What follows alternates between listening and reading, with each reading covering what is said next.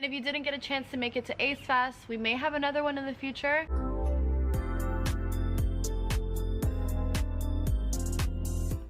So AceFest just happened on July 9th. And I know I'm late. It's been a while since I've talked about them or just uploaded on this channel. But I'm just going to get right into it and talk about, basically do a summary and talk about what happened at AceFest before I talk about them possibly making a AceFest number 2 fiasco. So as you can see here, since April, they're promising free live performances and like a zoo, like animal zoo. But they didn't follow through with that, of course, because they don't follow through with anything with what they promised their fans. But anyways, there wasn't a lot of people at the AceFest. They undersold, and a lot of people were actually going in the line instead of riding the rides because it was super hot over there, like 100 degrees. And as you can see right here, they weren't really, it was just empty. Not only did their fans go there, but there were YouTubers who report on like the news and stuff and drama, right? Like Definitely Noodles, H3, and like I think like just other YouTubers, right? But Madcaster and Rich Lux, they paid for their ticket and they went there at the gate, and they were kicked out. They were kicked out, and it was just unfair. It was just really shady of the Ace family, because why didn't they kick out the other YouTubers? Why just them? But anyways, I'm gonna keep it moving because I don't want to make this too long. But anyways, there was just so many things that happened there that wasn't right.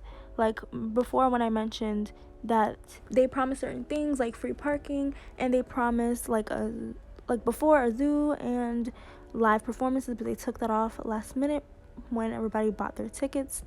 And they just made it with the whole thing about Disney meeting Coachella, or Disneyland meeting Coachella, just like the whole thing was just like a county fair, and it was way overpriced.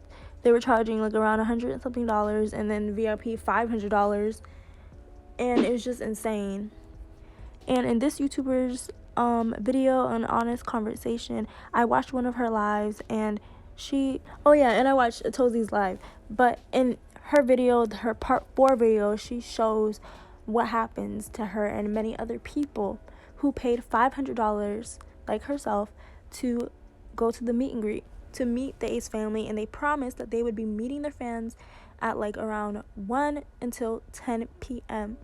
And in their video that they just released showing the AceFest, like it wasn't accurate. They make it seem all nice and whatever, and they don't really address certain things that they should address, like what I'm talking about. So in the YouTuber girl, I don't know her name, but her YouTube channel is An Honest Conversation.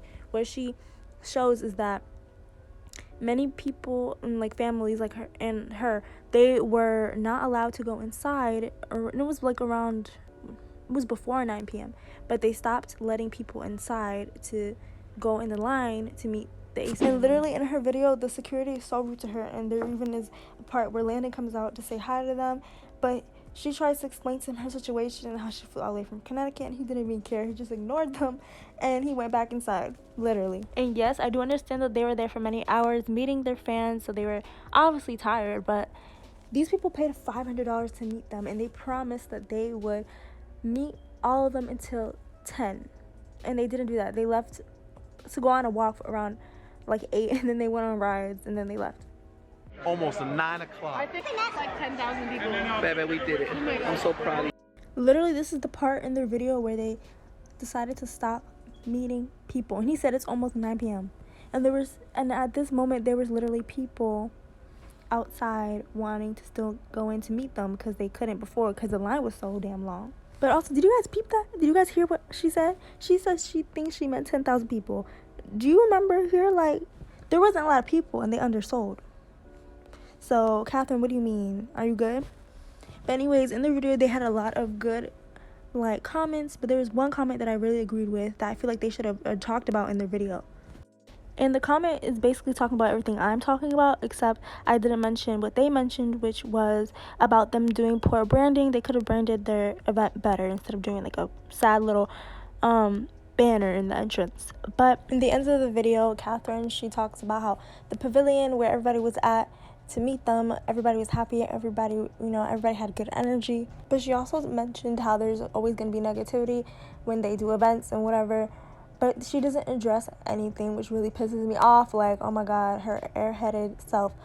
They just don't address anything. They just act like everything is great. They act like nothing happened with them taking what they promised off the website and just not following through with what they promised their fans. They're just so weird and twisted, and I don't even know. They're just weird. But something weird that she mentioned was how she knows people don't have a lot of money to, you know, throw and, like, to spend. But that's so weird considering they made their event so overpriced. Like, I don't even know why she even mentioned that in her video. Across the world every week. There was just something that happened a couple of days ago. I don't know, I just feel like I'm so grateful for every single person who came to our event, who had such amazing energy. Everyone was talking about how the room just felt, the pavilion where we had all the people come in later on, because it was getting really hot. We had another like indoor area to meet you guys, but then we switched it to the pavilion, which made it much better. And everyone was saying in that pavilion you could just feel the energy. Like, people were just so real and just so excited and just so much light. And I'm just so grateful for every single one of you for coming out. I know it takes a lot to come out. Also, like, we're living in a time where people don't have extra money to spend on, you know, an event and go and meet someone that you've been watching for years, someone that you know, love, your role model, whatever you want to call it. But I just want to say thank you to every single person who came out. Also, like, it happens every single year, after every big milestone, after every single event, there's always a downside to it. Obviously, there's more eyes on us, so there's negativity that comes with it, and we're so used to it. I mean, like, this is something that, like, we know comes with it. One thing that I did learn throughout the years is the bigger your light, the more darkness you're surrounded by. And one can't exist without the other, so it's always coexisting. And so I feel like just knowing that and, like, being so aware of that, I think that that's brought me so much joy. But I just want to share it with you guys. And if you didn't get a chance to make it to AceFest, we may have another one in the future. Or we'll see you July 30th in LA. So please like and subscribe. Have a great day or night, whatever time you're watching this, and I'll see you in the next one. Maybe. Bye.